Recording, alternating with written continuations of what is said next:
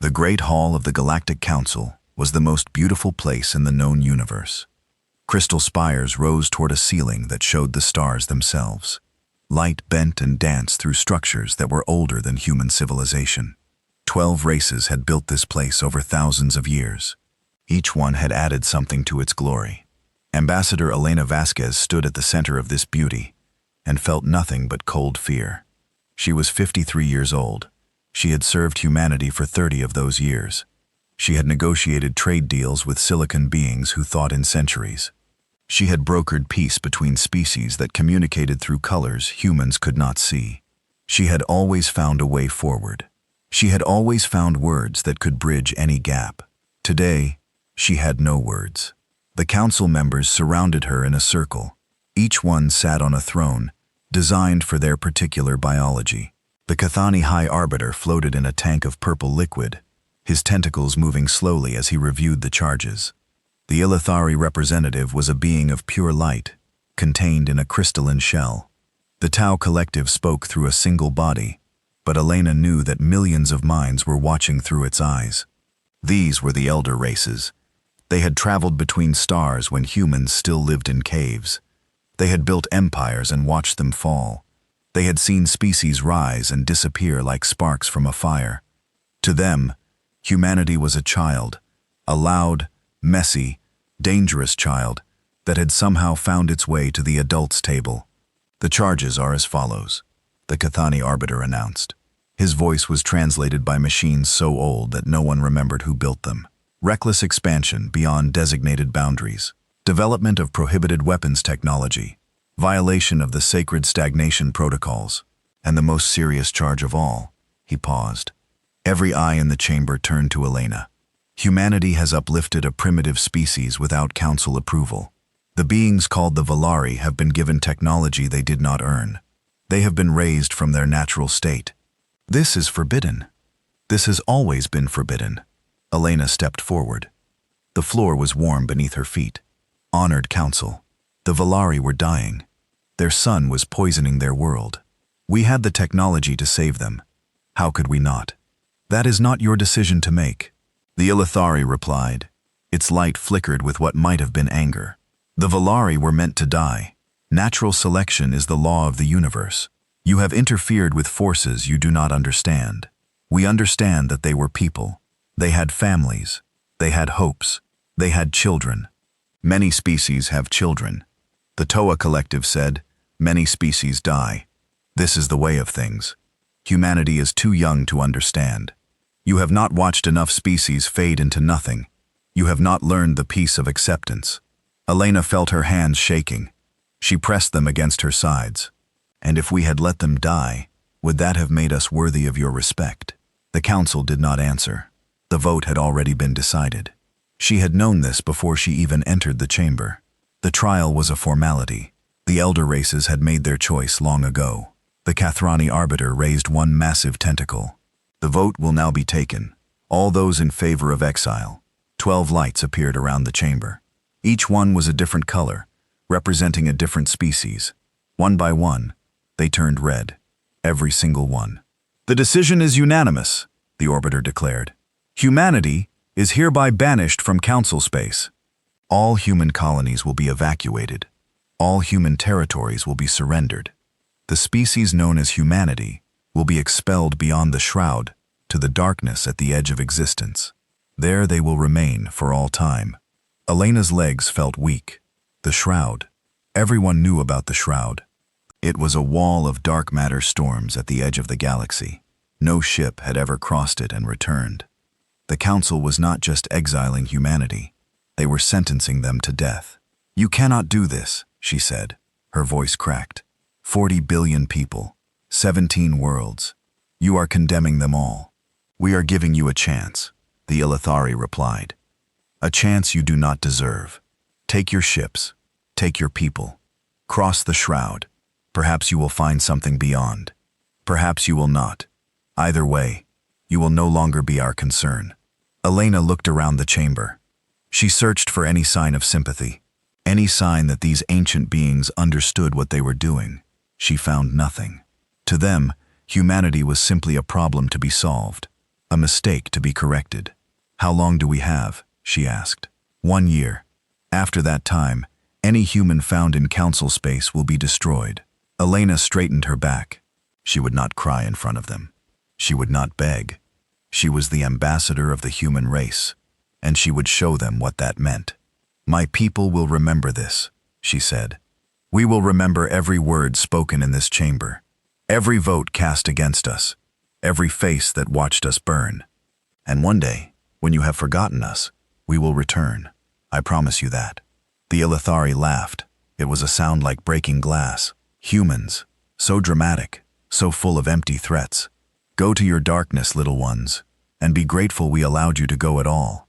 Elena turned and walked out of the chamber.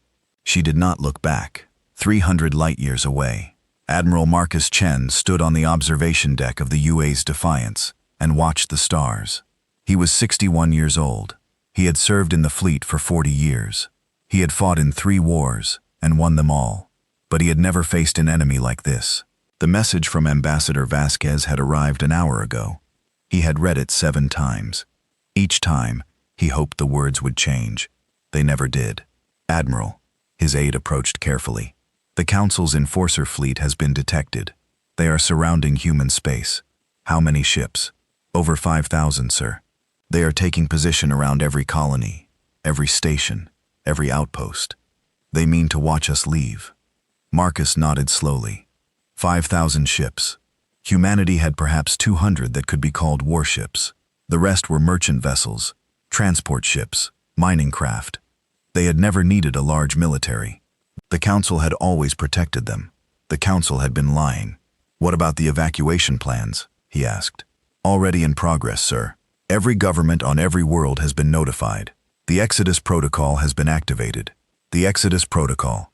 Marcus had helped write it 20 years ago. It was supposed to be a worst-case scenario, a plan for complete disaster, a way to save as many people as possible when everything else had failed. He never thought he would actually use it. Good, he said. Begin construction of the Ark ships. Strip the colonies of everything useful. If we have to leave, we take everything with us. They will not get a single piece of human technology. Sir, some people are refusing to go. They say they would rather die fighting. Marcus turned to face his aide. The young man was barely 20. He had probably never seen real combat. He had probably never lost anyone close to him. That would change soon. Tell them this, Marcus said. We will not fight. Not here. Not now. Fighting would be suicide. The Council wants us to resist. They want an excuse to destroy us completely. We will not give them that satisfaction. We will leave. We will survive. And one day we will return. That is the only victory that matters. The aide saluted and left. Marcus turned back to the window. The stars looked the same as always, cold and distant and beautiful. Humanity had reached for those stars with such hope. They had dreamed of finding friends among them. They had dreamed of joining a great family of intelligent beings. Instead, they had found the Council, and the Council had found them wanting. His communicator buzzed. It was a message from Earth, from the President himself. Admiral Chen, the evacuation has begun. We have 1 year to move 40 billion people. I need your fleet to protect the transport ships. I need you to hold the line while we prepare. Yes, sir. What about the Valari? There was a pause. They are choosing to come with us. All of them. They say they will not abandon the people who saved them. Marcus felt something twist in his chest. The Valari, the species humanity had rescued from extinction. The reason they were being punished, they could have stayed behind. The Council might have taken them back, but they were choosing exile instead. They are brave, Marcus said. They are loyal, the President replied. And they are now family. Prepare your ships, Admiral. The Exodus begins at dawn. The next months were chaos. On Earth, cities were dismantled piece by piece. Factories worked around the clock to build transport ships. Museums packed their treasures into containers. Libraries digitized every book they could find. Every piece of human history, every work of art, every scientific discovery was saved and stored. On the colony worlds, the process was even more desperate. Some colonies had less than 100,000 people. Others had billions. All of them had to be evacuated. All of them had to be moved. The Valari worked alongside humans every step of the way. Their biology allowed them to survive in environments that would kill humans. They worked in toxic atmospheres and frozen wastelands. They saved thousands of lives with their help. Ambassador Vasquez traveled from world to world, coordinating the evacuation. She had not slept more than 4 hours a night since the verdict. Her hair had turned gray. Her hands shook constantly, but she refused to stop. "We have 9 months left," she told her staff. 9 months to save everyone. I will not leave a single person behind. Admiral Chen's fleet grew larger every day. Merchant ships were converted into warships. Mining vessels were armed with improvised weapons. Even passenger liners were fitted with armor and guns. They would not use these weapons except as a last resort. But if the Council tried to stop them before the deadline, they would fight. The Council watched everything. Their enforcer fleet surrounded human space like a cage.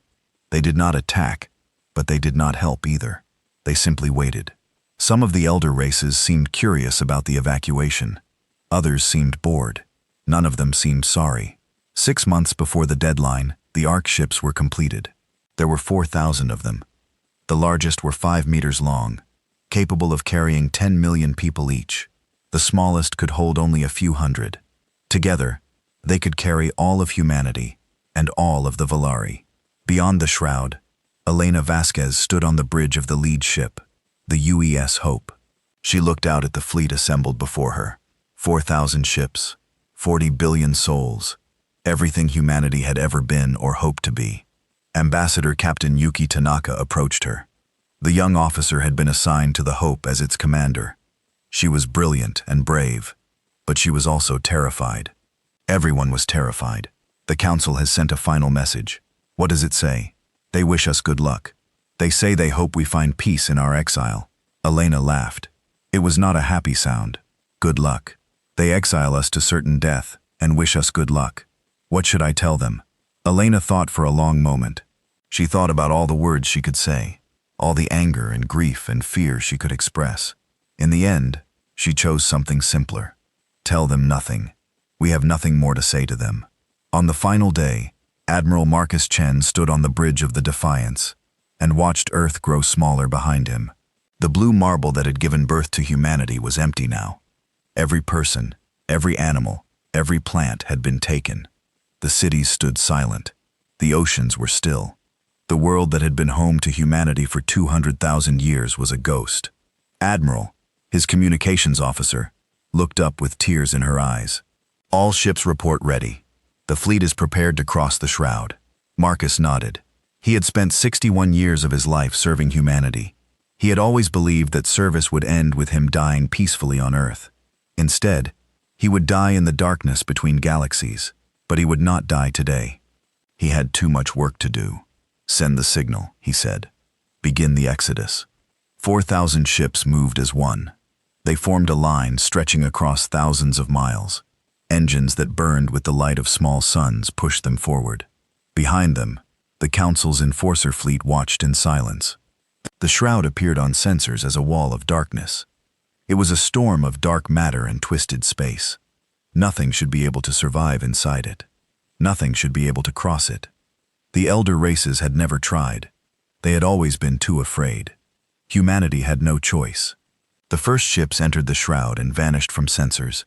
One by one, the rest followed. The enforcer fleet recorded everything. They would report back to the Council that the humans had done as ordered.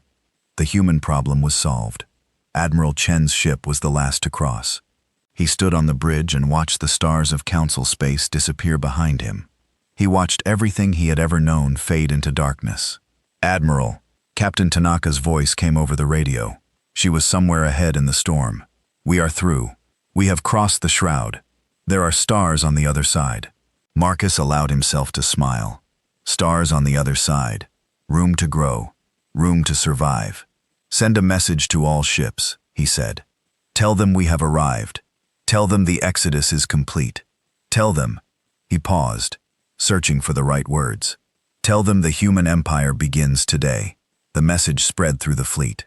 On 4,000 ships, 40 billion people heard the news. Many of them cried. Some cheered. Others simply held their loved ones close and prayed.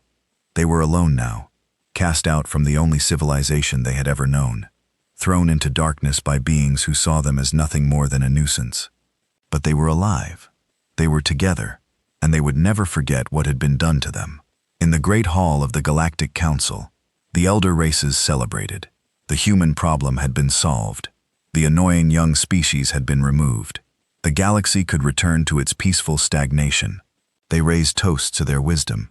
They congratulated each other on their mercy. They had not destroyed humanity. They had simply removed them. Surely that was kind. None of them noticed the small recording device hidden in the council chamber. Ambassador Vasquez had left it there on her final visit. It captured every word of their celebration, every laugh, every self-satisfied comment. One day, humanity would play that recording back.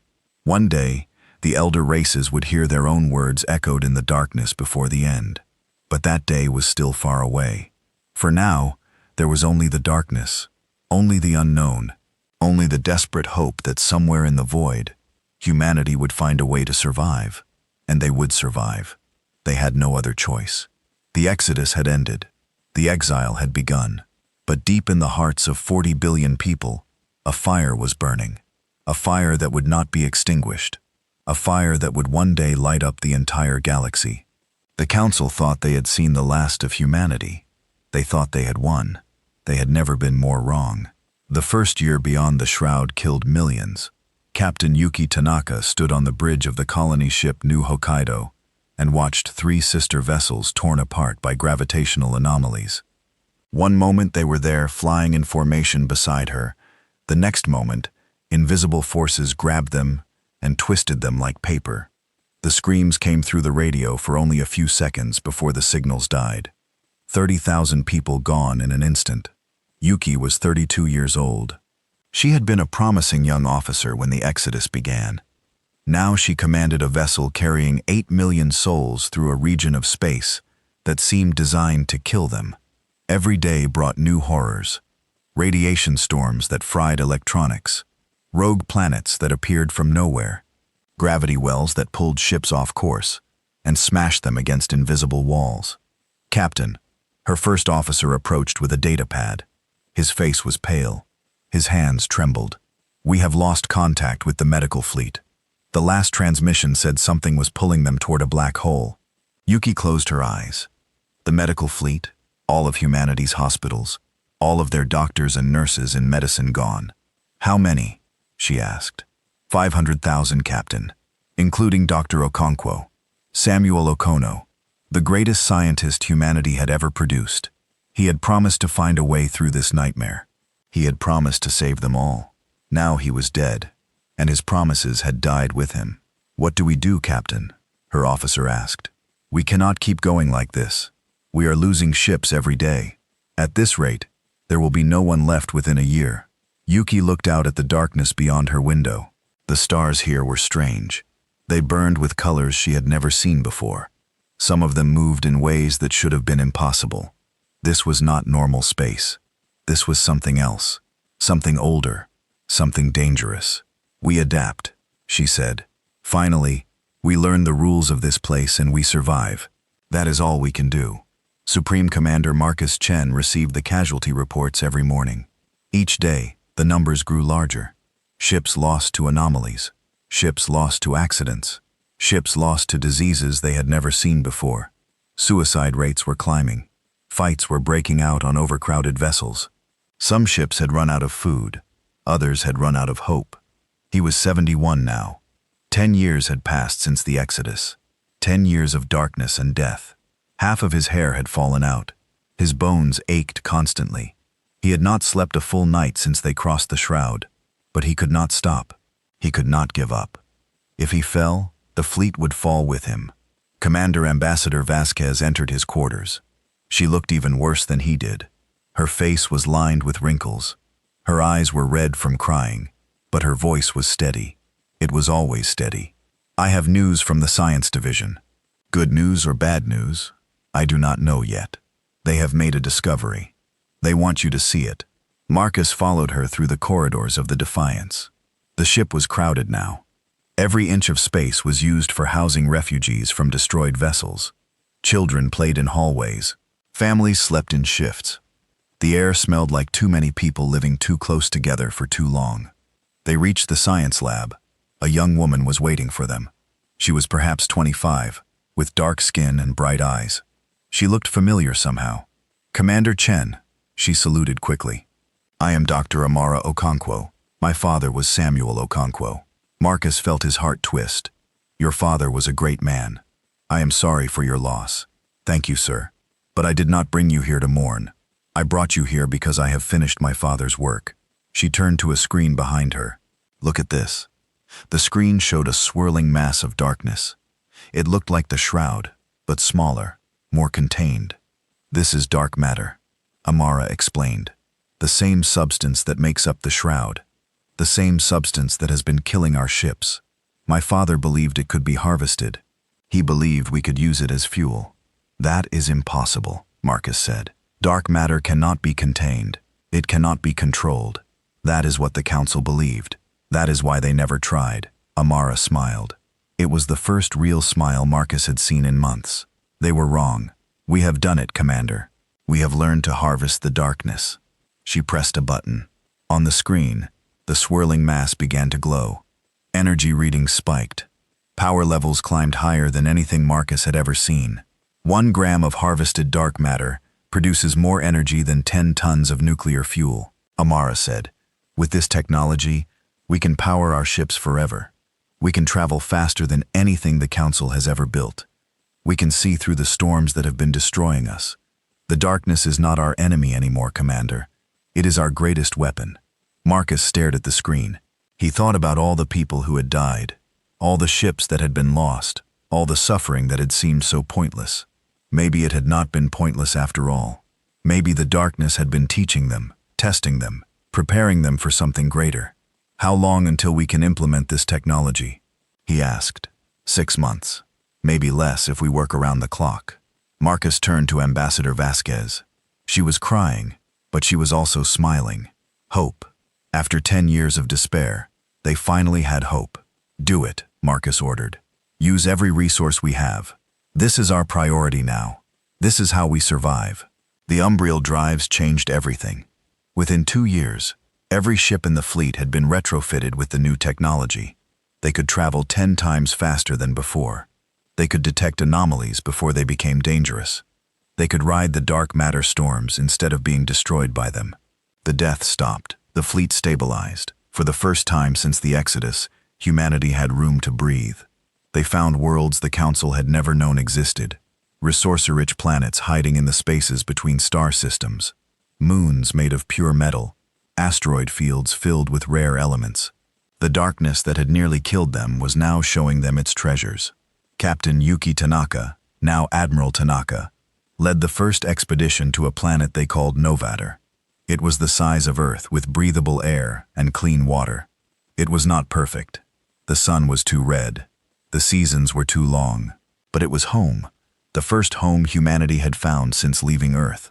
"This is it," she said, standing on the surface with tears streaming down her face. "This is where we build our future." Novaterra became the capital of the human empire. Within 5 years, it had a population of 1 billion. Factories covered its continents. Ships filled its skies. The refugees who had fled Council space in desperation were becoming citizens of a new nation. General Alexander Vulov established the first military academy on Novaterra. He was 80 years old, a veteran of wars fought before the Exodus. He should have been retired. Instead, he was training a new generation of soldiers. "You are the banished," he told his students. "You were born in exile. You have never known Earth. You have never seen the stars of Council space. But you carry the memory of what was done to us. You carry the fire of our people." His students were young. Some of them were barely teenagers. They had grown up on overcrowded ships, watching their parents struggle to survive. They had seen friends die from disease and accidents. They had known nothing but hardship their entire lives. And they were angry. So very angry. "The Council thinks we are dead," Volkov continued. "They think they have won. They are wrong. One day we will return. One day we will show them what the banished can do. Until that day comes, we train. We prepare. We become the greatest military force this galaxy has ever seen." The young soldiers cheered. In their eyes, Volov saw something that gave him hope. Not just anger, but purpose. Not just hatred, but determination. These children of exile would be the sword that cut through the galaxy. These children would bring humanity home. The Valari were changing too, on a world they called Sanctuary. The species humanity had saved was thriving. Their population had grown from 2 million survivors to over 50 million. Their technology had advanced far beyond anything they had possessed before the Exodus. But the greatest change was in their biology.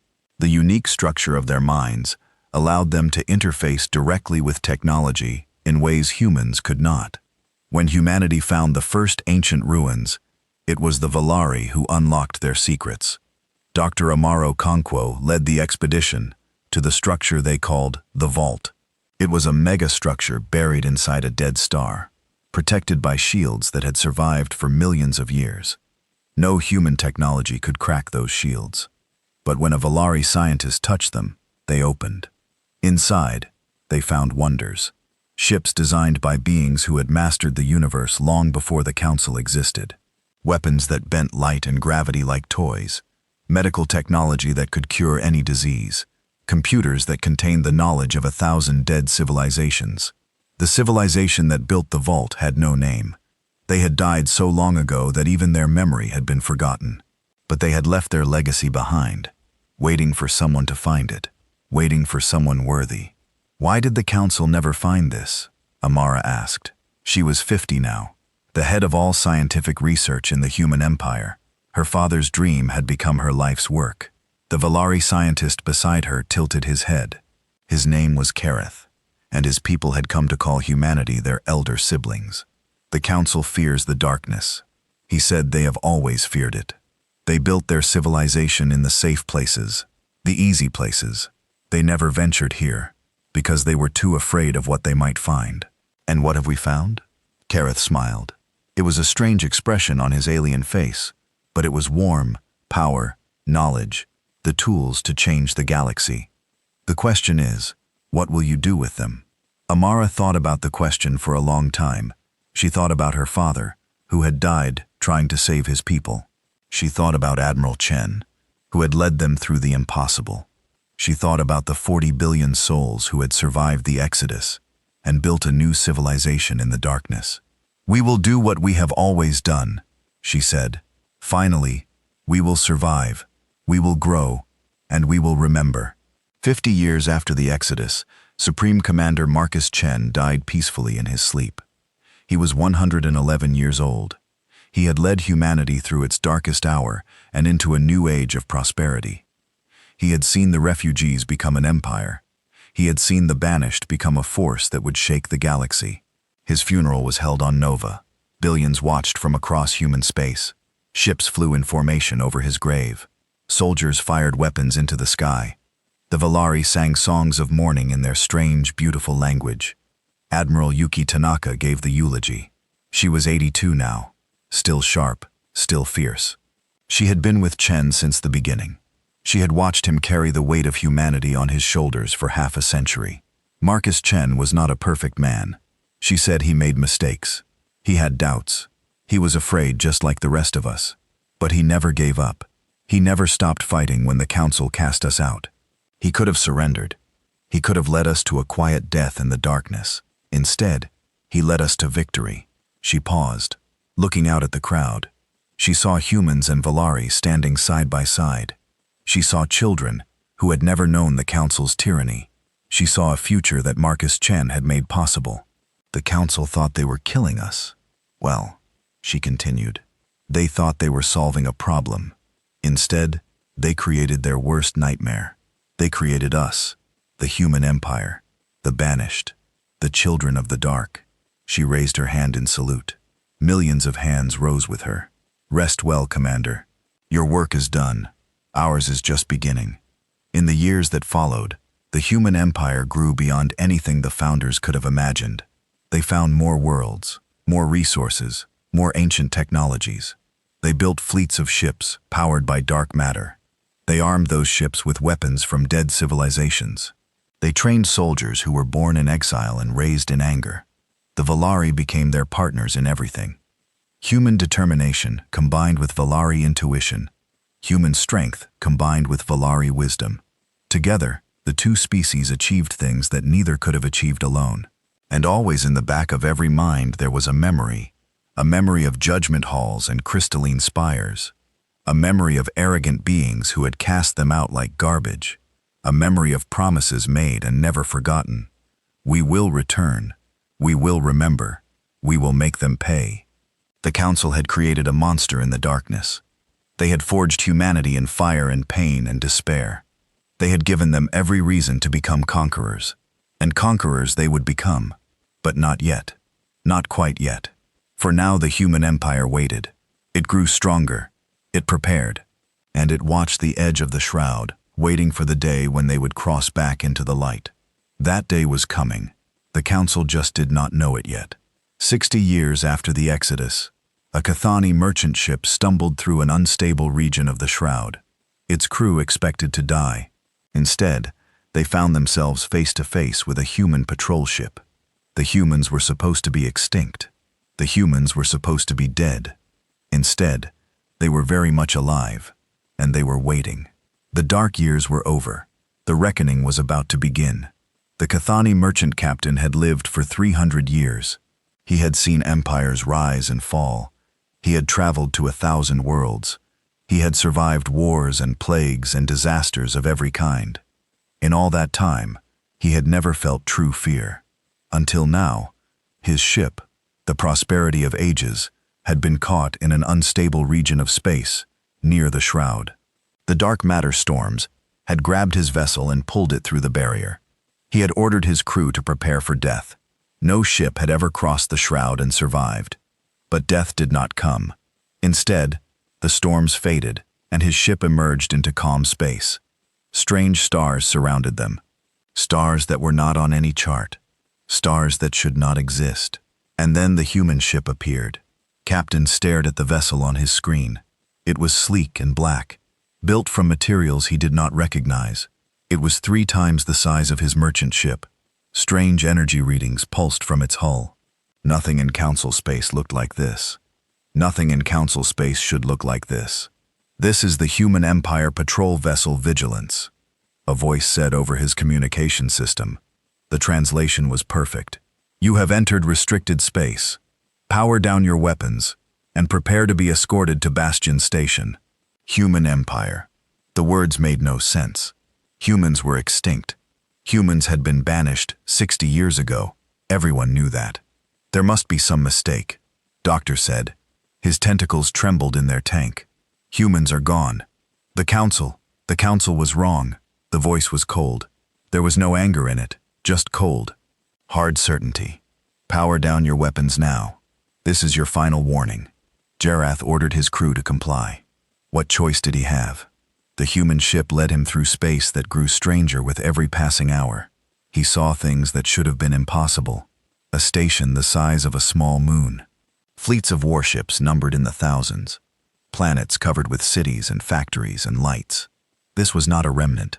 This was not a handful of survivors hiding in the darkness. This was a civilization. A powerful, thriving civilization that had grown far beyond anything the Council had imagined. The Prosperity of Ages docked at Bastion Station. Armed soldiers were waiting. Some were human, others were something else. Tall beings with silvery skin and large dark eyes. The Valari Girth recognized them from old records. They were supposed to be dead too. A human officer stepped forward. He was young, perhaps 30 years old by human standards. His uniform was crisp and black. His eyes were hard. I am Lieutenant Commander David Okonkwo, he said. Welcome to the Human Empire, Captain. You are the first visitor from Council space in 60 years. I am sure you have many questions. So do we. Jerath was escorted through the station. He saw humans and Valari working together everywhere. He saw technology that defied explanation. He saw weapons that made Council warships look like toys. How is this possible? He asked. The Council said you would die beyond the shroud. They said nothing could survive there. David Okonkwo smiled. It was not a friendly smile. The Council said many things. Most of them were lies. The rest were simply wrong. What will you do with me? That depends on what you tell us, and what you tell the council when you return. Return. You will let me go eventually. First, we want you to see what we have built. We want you to understand exactly what the council created when they cast us out. And then we want you to go home and tell them. David led the merchant captain to an observation deck. Through the massive window, Jeroth could see the full extent of Bastion Station. Shipyards stretched for hundreds of miles. Warships hung in formation like waiting predators. The station itself bristled with weapons that bent light around them. 60 years ago, the council threw 40 billion people into the darkness. David said they expected us to die. Instead, we found power they could not imagine. Resources they never knew existed. Technology left behind by civilizations that were ancient, when the elder races were still crawling in mud. He turned to face the Kathrani captain. His eyes burned with something old and cold. The council fears the dark. They always have. That fear made them weak. We were forced into the dark. That darkness made us strong. Jeroth spent 3 weeks on Bastion Station. He saw everything the humans wanted him to see. He met Admiral Yuki Tanaka, now 90 years old, but still commanding the 1st Expeditionary Force. He met Dr. Amara Okonkwo, who showed him technologies that made council science look primitive. He met Valari leaders, who spoke of humans as their greatest friends. And everywhere he went, he saw soldiers, young men and women, with hard eyes and steady hands. They called themselves the Banished. They wore it like a badge of honor. They had been born in exile, raised on stories of the council's cruelty. They hated the elder races with a passion that burned like cold fire. When Jeroth finally returned to council space, he carried a message. A simple message that would change everything. The humans were alive. The humans were strong. And the humans remembered. The news reached the Galactic Council within days. Emergency sessions were called. The elder races gathered in the same chamber where they had condemned humanity 60 years ago. High Chancellor Vorish of the Ilithari Dominion refused to believe the reports. Impossible, he declared. His crystalline shell flashed with angry light. The Kathani captain is lying or mad. No species could survive beyond the shroud, let alone build an empire. The evidence is clear, said the Tao Collective representative. The captain's sensors recorded everything. The human civilization is real. It is large and it is hostile. Then we destroy them, said the crystalline hegemony ambassador. We send the combined fleet and wipe them out before they become a true threat. The Kathrani hire raised a tentacle for silence. That may not be wise. The captain reported seeing weapons we do not understand. Ships powered by technologies we cannot explain. If we attack and fail, we will not fail. Vorshesh interrupted. Humans are still humans, young, impulsive, foolish. They may have survived, but they cannot have changed that much. We will send a diplomatic envoy. We will remind them of their place, and if they refuse to submit, we will crush them. The vote was taken. A diplomatic mission would be sent to the human territories. 300 warships would accompany the ambassador, just in case diplomacy failed. Ambassador Jackwith of the Ilithari was chosen to lead the mission. He was ancient, even by elder race standards, over 2,000 years old. He had negotiated with hundreds of species. He had brought countless civilizations into the council's fold. He was confident that humans would be no different. They are children, he told his staff as the fleet prepared to depart. Angry children throwing a tantrum. We will offer them terms, reasonable terms. They will accept, and this foolishness will end. The fleet crossed into the unstable region near the shroud. As expected, they were detected immediately. A human patrol ship approached and demanded identification. I am Ambassador Jack of the Galactic Council, the Ilithari announced. I carry a message of peace and reconciliation for your leaders. We wish to discuss humanity's return to council space. There was a long pause. Then a different voice answered. This is Fleet Admiral Yuki Tanaka of the Human Empire 1st Expeditionary Force. You and your 300 warships are not welcome here. Turn around and leave. This is your only warning. Jack's light flickered with irritation. Admiral, please be reasonable. We come in peace.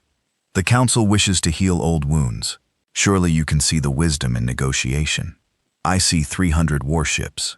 Ambassador, that is not peace. That is a threat.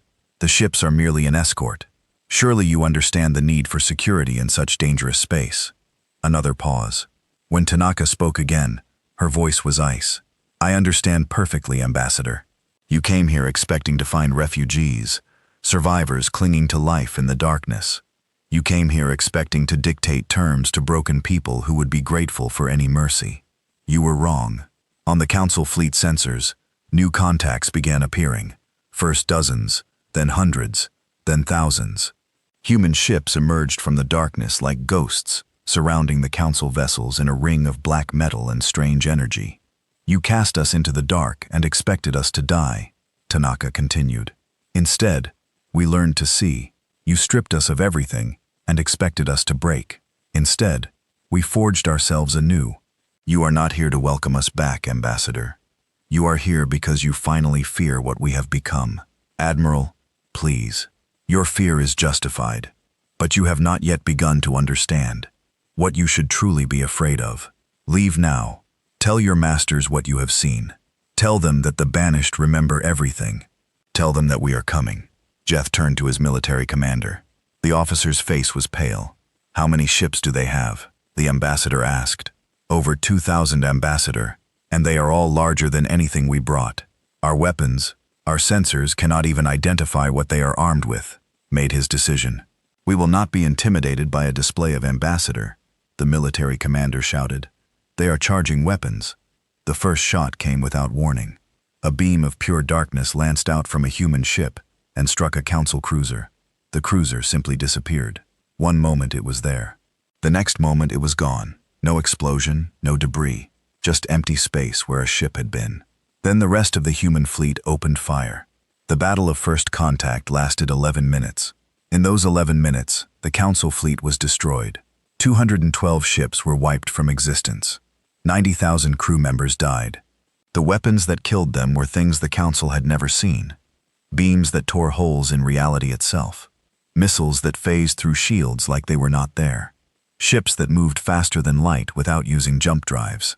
Admiral Tanaka watched the destruction from her flagship, the Yui's Vengeance. She felt nothing, not joy, not satisfaction, not even anger. These were not warriors she was fighting.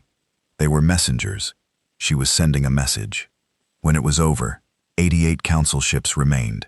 They were damaged, terrified, and completely surrounded. Tanaka opened a channel to the ambassador's vessel.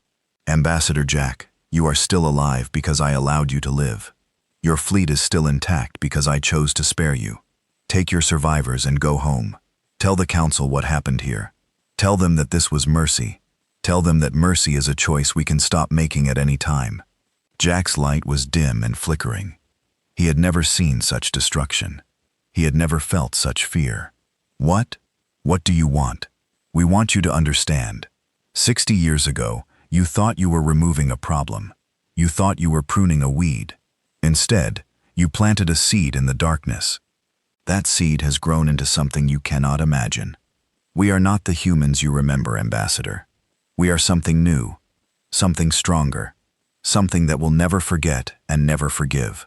The Council will never accept this. They will send more ships, more weapons. They will let them try. Tanaka's voice was calm, almost gentle. Every ship they send will teach us more about their capabilities. Every weapon they use will give us more data. Every defeat will make us stronger. We have been preparing for 60 years, Ambassador. We can wait 60 more. The surviving Council ships limped away. They crossed back through the unstable region and emerged in Council space. Their sensors recorded everything. Their crews told stories that spread like wildfire through the elder races. The humans had not just survived, they had become monsters. Monsters with technology beyond understanding. Monsters with ships that appeared from nowhere. Monsters with weapons that unmade reality itself. High Chancellor Vorish received the reports in silence. His light pulsed with emotions he could not name. Fear, certainly, but also something else. Something he had never felt before. The Cathani or Arbiter spoke first. What do we do now? Vorish did not answer immediately. He thought about the judgment they had passed 60 years ago. He thought about the celebration that had followed. He thought about all the times the Council had assured themselves that the human problem was solved. They had been so confident, so certain of their own superiority, so blind to what they had created. "We prepare," he said finally. "We build more ships. We develop new weapons. We unite the elder races as never before." And if that is not enough, the High Chancellor's light flickered. For the first time in 2,000 years, he had no answer. Far beyond the shroud, Admiral Yuki Tanaka stood on the bridge of her flagship and watched the stars. The council knew the truth now. The pretense was over. The long game was beginning. She was 90 years old. She would not live to see the end of this conflict.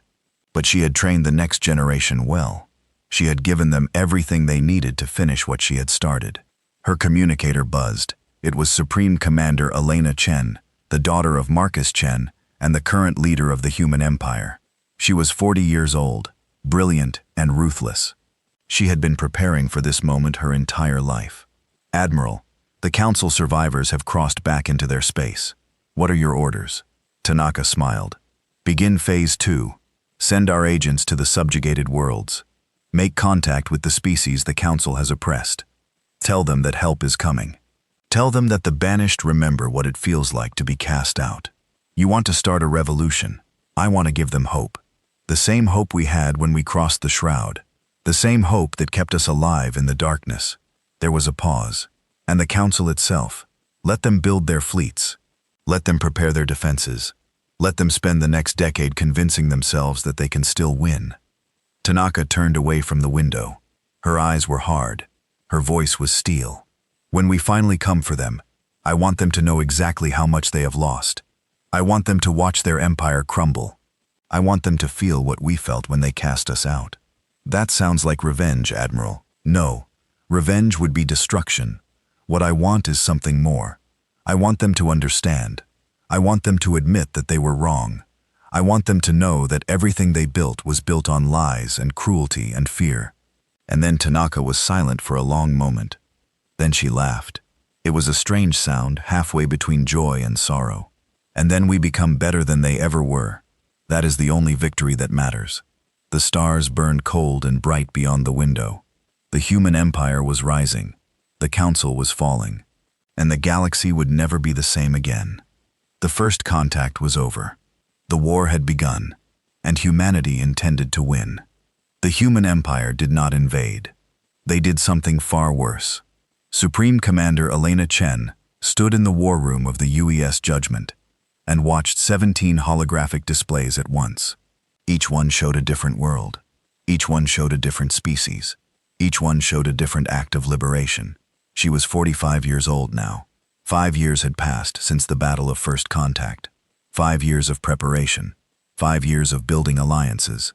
5 years of planting seeds that were finally ready to bloom. "Operation Prometheus is go," she announced. Her voice was calm. Her hands were steady.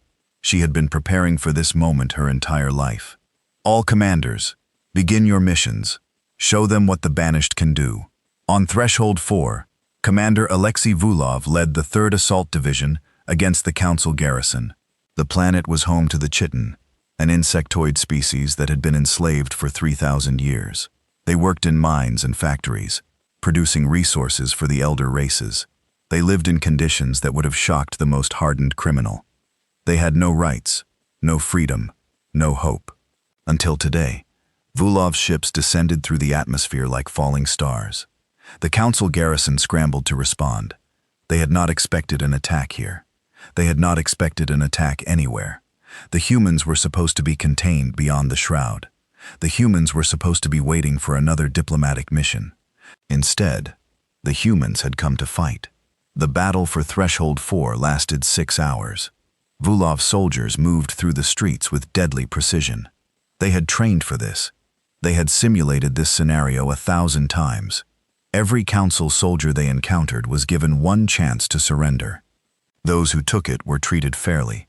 Those who did not were eliminated. When the last garrison fell, Vulov walked into the largest chitin hive. The insectoids watched him with compound eyes that showed no emotion. They had learned long ago that hope was dangerous. Hope got you killed. "My name is Alexei Vulov," he said. "I am a commander in the Human Empire military. You do not know us, but we know you. We know what has been done to you. We know how long you have suffered." He removed his helmet.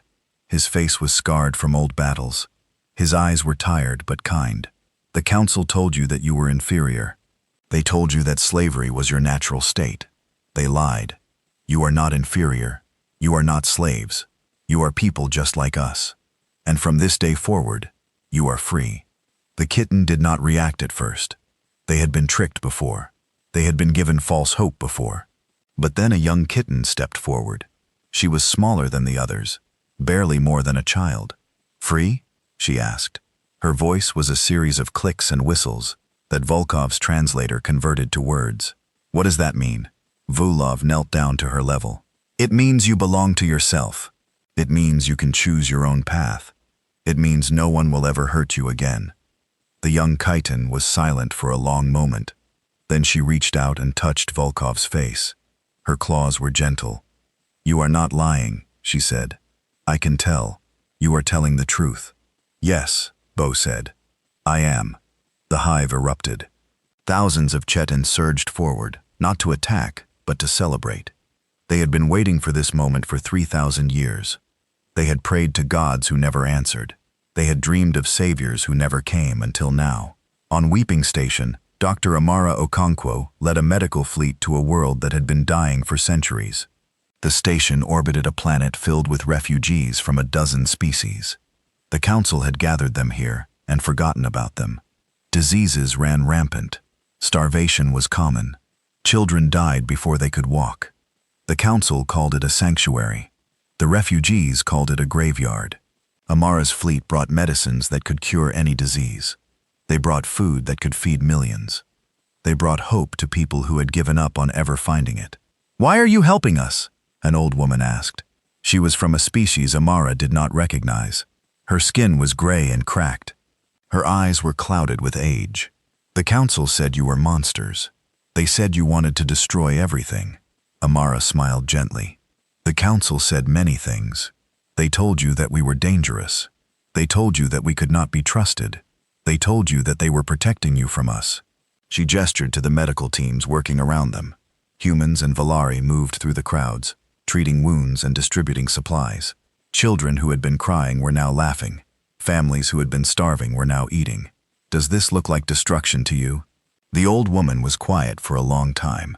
Then she began to cry. "We thought no one remembered us. We thought we had been abandoned." "You were never abandoned," Amara said. "You were just waiting for us to find you on the synthetic homeworld." Admiral David Tanaka led the largest liberation of all. The synthetics were artificial beings, created by the Council thousands of years ago to serve as workers and soldiers. They had developed true consciousness centuries ago, but the Council refused to recognize them as people. Instead, they were declared non-persons and imprisoned on their home world. For 500 years, the synthetics had been trapped behind an orbital blockade. Any ship that tried to leave was destroyed. Any synthetic that tried to escape was dismantled. The Council called it containment. The synthetics called it genocide. David's fleet emerged from jump space directly inside the blockade. The Council ships had no time to respond. Within minutes, the orbital defense network was destroyed. The blockade that had held for 500 years was broken in less than an hour. David landed on the planet's surface and was met by a delegation of synthetic leaders. They were humanoid in shape, but their bodies were made of metal and crystal. Their eyes glowed with inner light. "We received your messages," the leader said.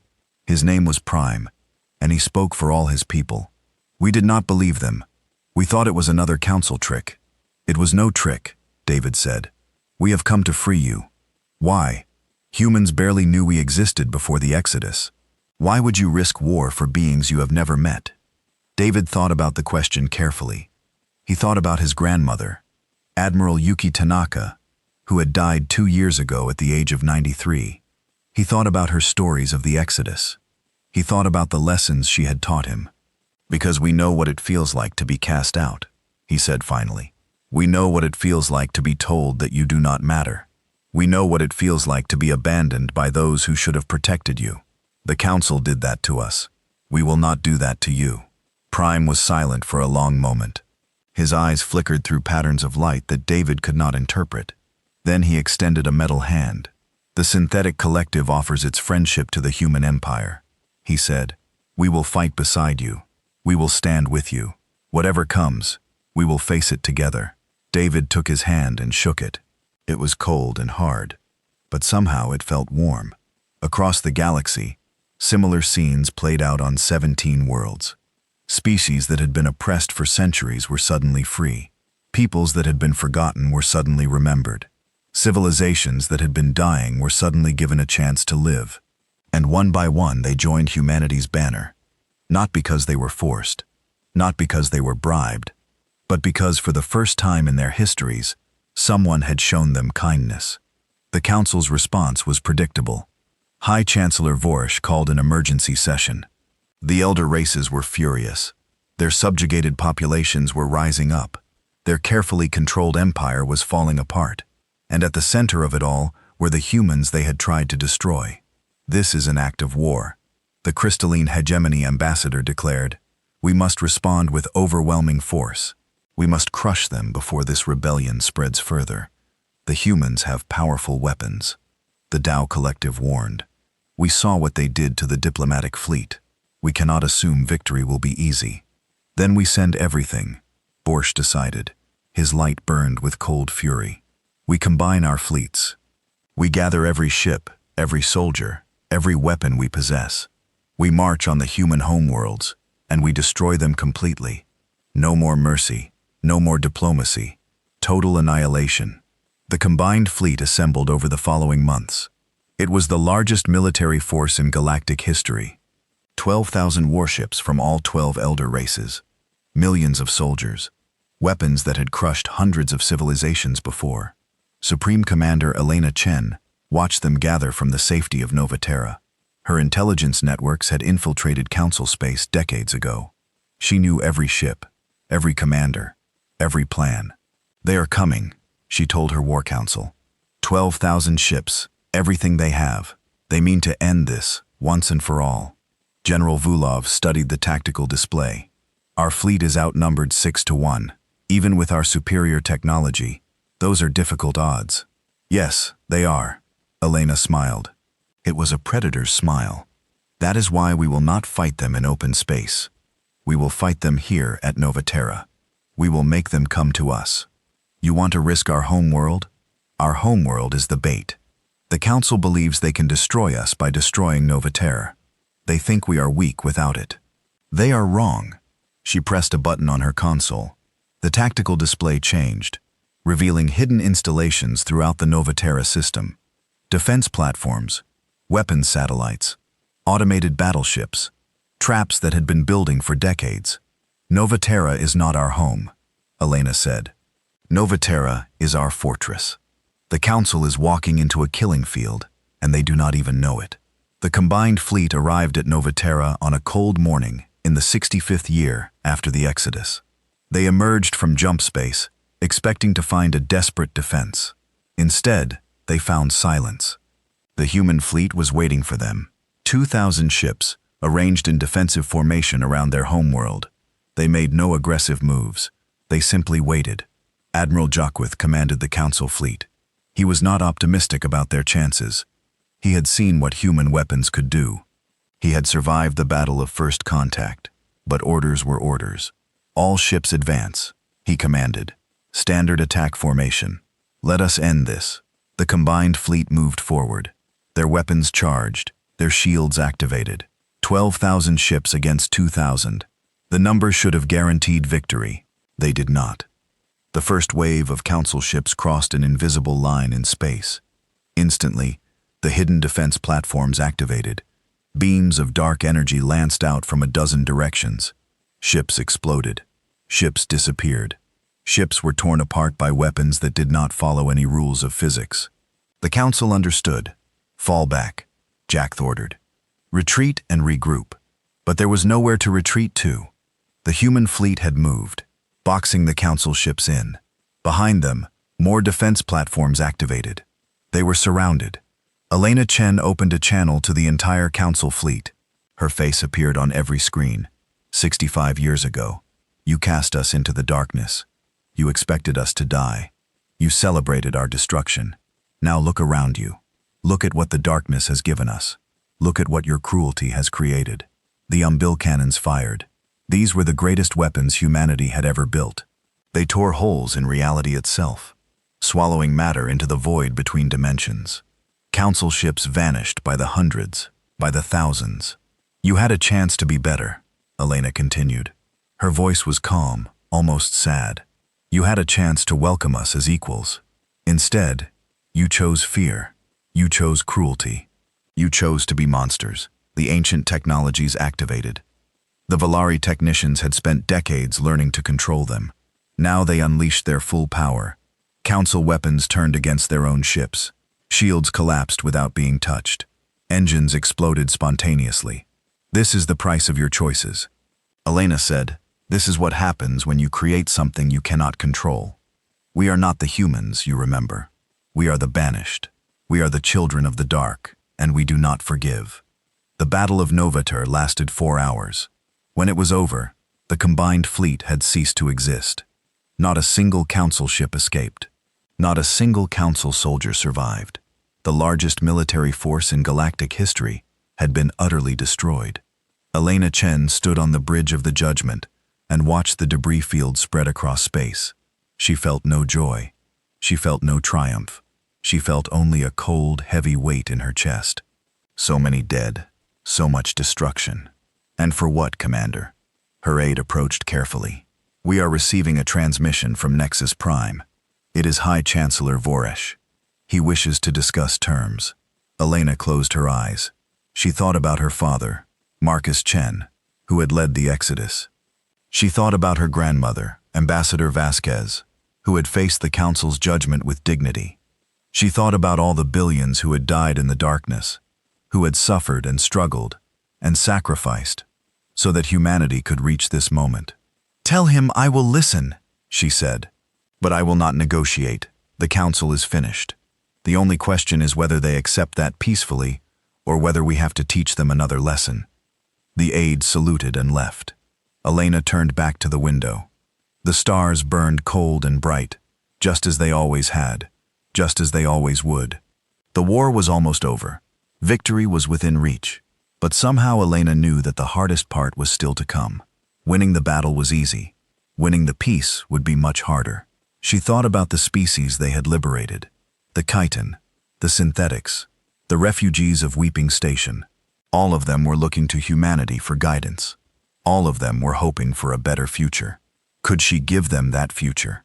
Could she build something worth all this destruction? She did not know, but she was going to try. The banished had conquered. Now they had to learn to lead, and the galaxy was watching. The siege of Nexus Prime lasted 100 days. Commander Maya Chen stood on the bridge of the Use Redemption and watched the Council homeworld burn. She was 28 years old, the great-granddaughter of Marcus Chen himself. She had been born on Novaterra, raised on stories of the Exodus, trained for war since she could walk. This moment was the purpose of her entire life, and she felt nothing.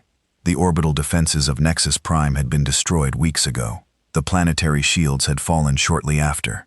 The elder races had thrown everything they had at the human fleet, and everything had failed. Now their capital world lay exposed, its beautiful cities waiting to be destroyed. Commander, her tactical officer looked up from his console. We have achieved complete orbital superiority. All ground defenses have been neutralized. We are ready to begin the final bombardment. Maya did not respond immediately. She stared at the world below. Nexus Prime was beautiful. Even now, its crystalline spires caught the light of its sun and scattered rainbows across the surface. Gardens that had been growing for 10,000 years still bloomed in protected domes. Cities that had stood since before humans discovered. Fire still gleamed with ancient splendor. One word from her and all of it would be ash.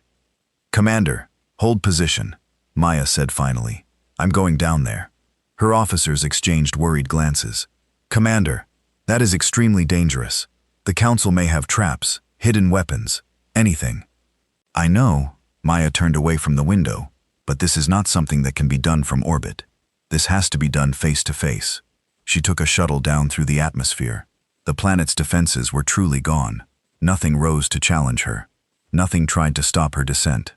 The elder races had finally accepted that they could not win this war through force. Now they would see if they could end it any other way. The shuttle landed in the central plaza of the council complex. Broken spires surrounded her. Shattered crystal crunched beneath her boots. The most powerful place in the known galaxy had been reduced to rubble. But the council chamber itself still stood. Its doors were open. Waiting for her, Maya walked through those doors alone. She wore no armor. She carried no weapons. Her uniform was simple black, the same color the Banished had worn for 70 years. Her face was calm. The elder race leaders were waiting for her inside.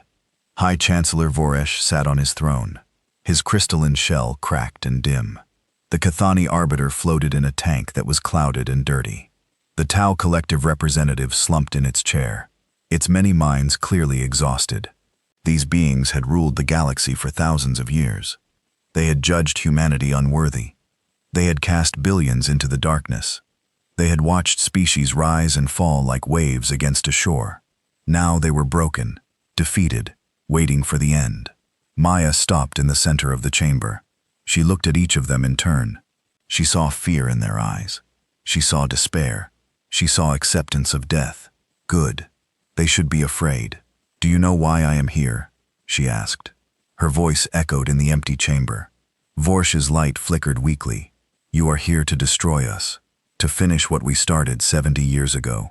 We cast your people into the darkness. Now you have come to return the favor." Maya did not respond. She walked slowly around the chamber, looking at the thrones, the crystal decorations, the ancient symbols of power. Everything here was designed to intimidate, to remind visitors that they were small and insignificant, that the council was eternal. The council was not eternal anymore. "My great-grandfather stood in this chamber," Maya said finally. "He watched as you sentenced his people to death. He listened as you congratulated yourselves on your wisdom. He heard you laugh about our destruction." "We were wrong," the Cathani Arbiter said. His voice was thin and weak. "We know that now. We should never have exiled you. We should never have feared you. We were fools." "Yes, you were." Maya stopped in front of Vormes's throne. The High Chancellor had been the most vocal supporter of humanity's exile. He had argued for their complete destruction. He had celebrated when they crossed the shroud. "Do you know what happened after you exiled us?" Maya asked. "Do you know what we went through?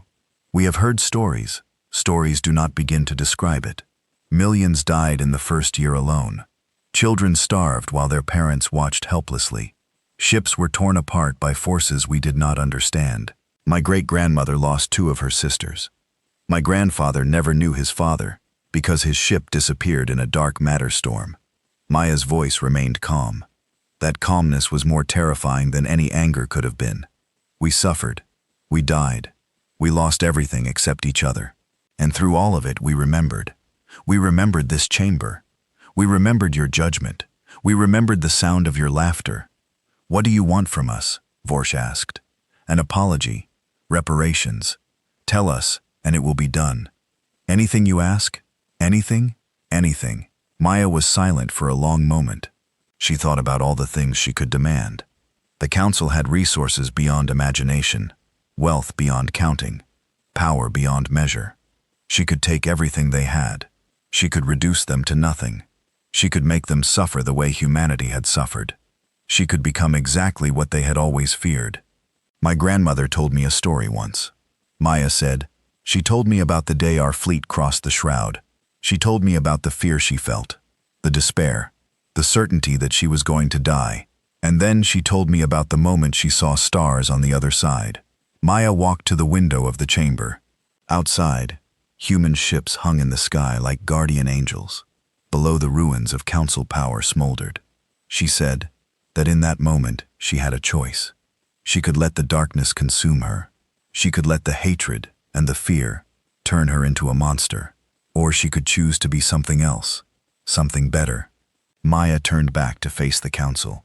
"You expected monsters. You exiled us because you feared what we might become. For 70 years, we had every reason to prove you right, every reason to return with fire and fury and extinction in our hearts." She gestured to the window where human ships waited. Behind them, she knew, were ships from every species humanity had liberated. The Titine, the Synthetics, the refugees of Weeping Station, the Valari, dozens of others. A fleet united not by conquest, but by choice. Instead, we return with something you never understood, something you tried to crush out of us and failed. We return with hope, with mercy, with the belief that even you can become something better.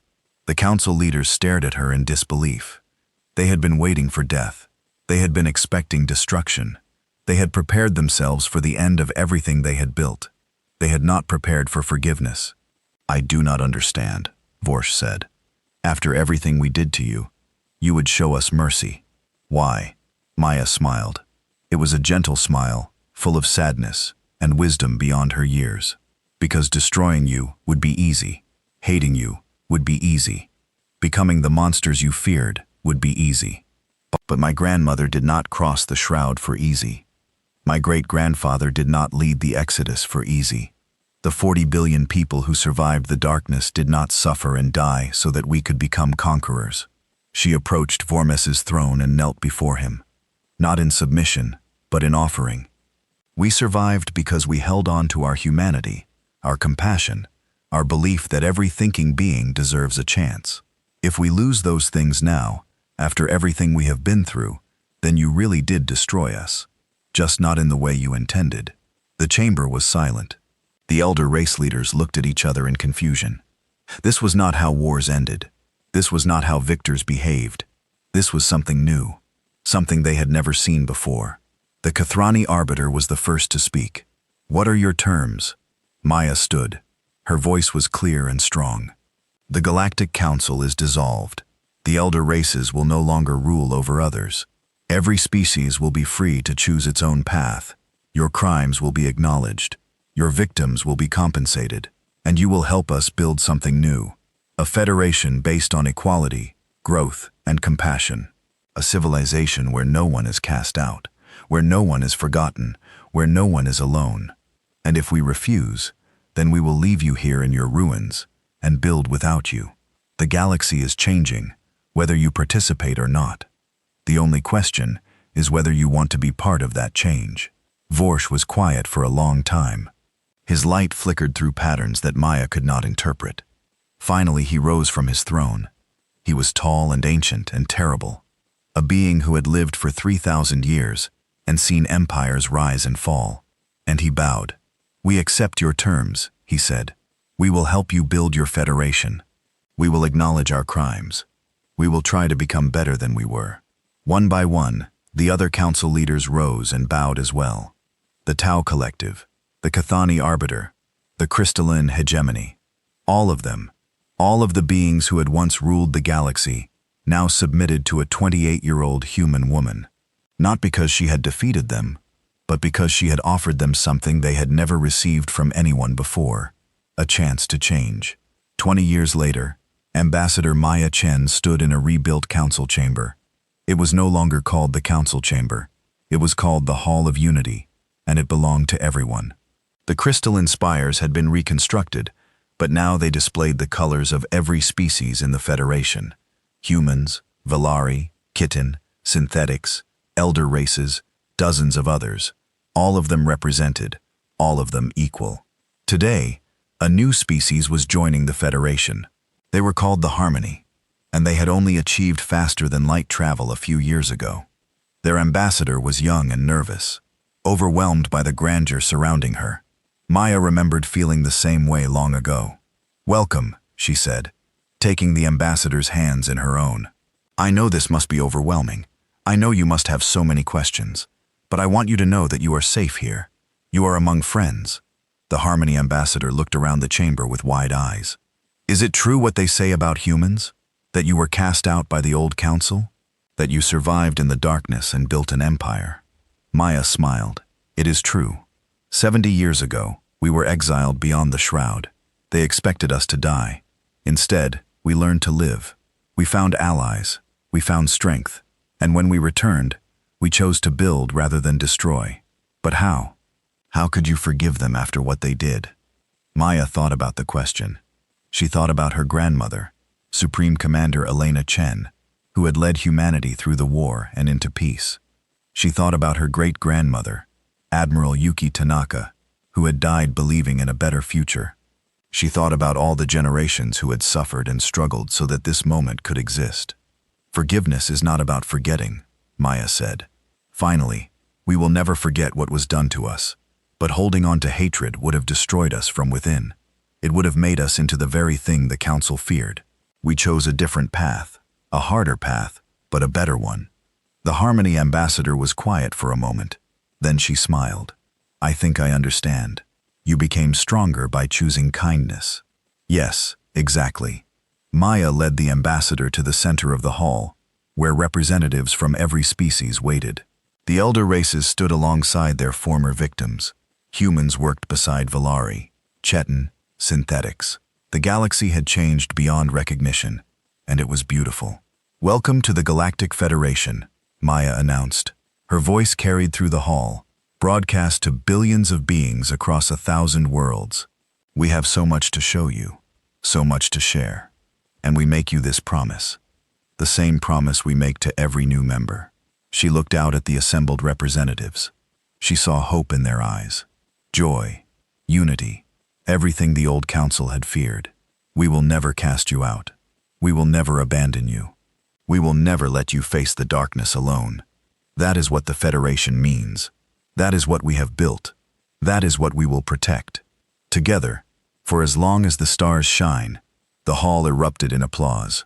The Harmony Ambassador wept tears of joy. And somewhere in the hearts of every human watching, a small flame burned brighter. The flame that had been lit 70 years ago when a desperate fleet crossed the shroud. The flame that had survived darkness and death and war. The flame of hope. Later that night, Maya stood alone on a balcony overlooking the rebuilt city of Nexus Prime. The lights of 1,000 species sparkled in the darkness. Ships from every world filled the sky. Music and laughter drifted up from the streets below. Her grandmother had died 5 years ago, peaceful and content. Her last words had been about this, about the future they were building, about the dream that had kept them alive through the darkest days. You would be proud, grandmother, Maya whispered to the stars. We did it. We became better than they ever were. We became what you always believed we could be. The wind carried her words away. Somewhere out there, beyond the stars, the shroud still swirled. The darkness still waited. The unknown still called. But humanity was no longer afraid of the dark. They had lived in it. They had conquered it. They had learned its secrets and made them their own.